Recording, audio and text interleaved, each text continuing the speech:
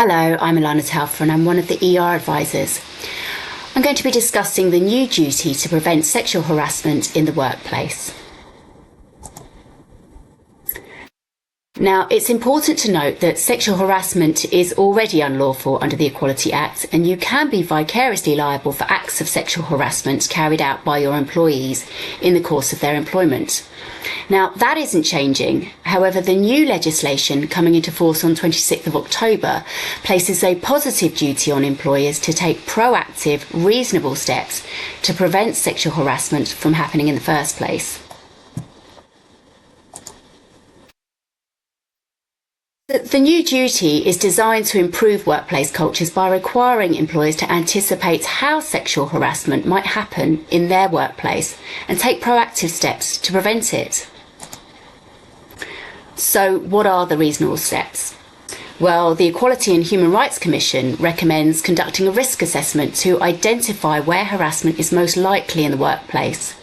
Examples may include where power balances occur, night working, working with third parties, or during company social events where alcohol is consumed, such as Christmas parties. Employers should identify and implement steps to minimise the risks and prevent sexual harassment.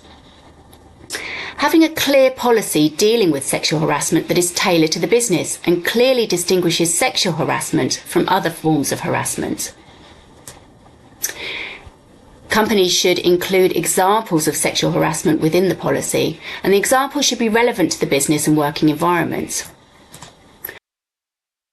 A clear complaints procedure should be in place, and all complaints should be investigated and dealt with without delay, and steps taken to remedy and prevent future occurrences.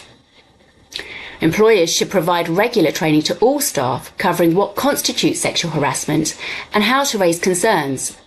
Staff should be encouraged to speak up and raise any concerns at the earliest opportunity.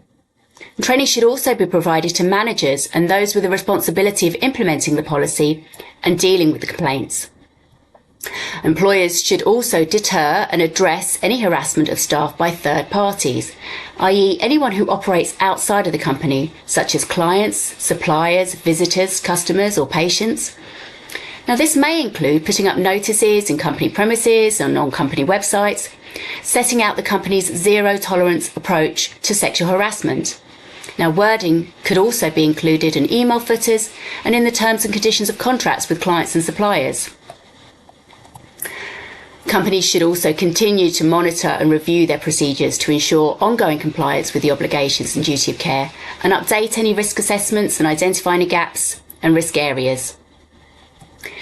Now, an employer who fails to take reasonable steps to prevent sexual harassment at work could face an uplift in compensation of up to 25% and/or enforcement action by the Equality and Human Rights Commission.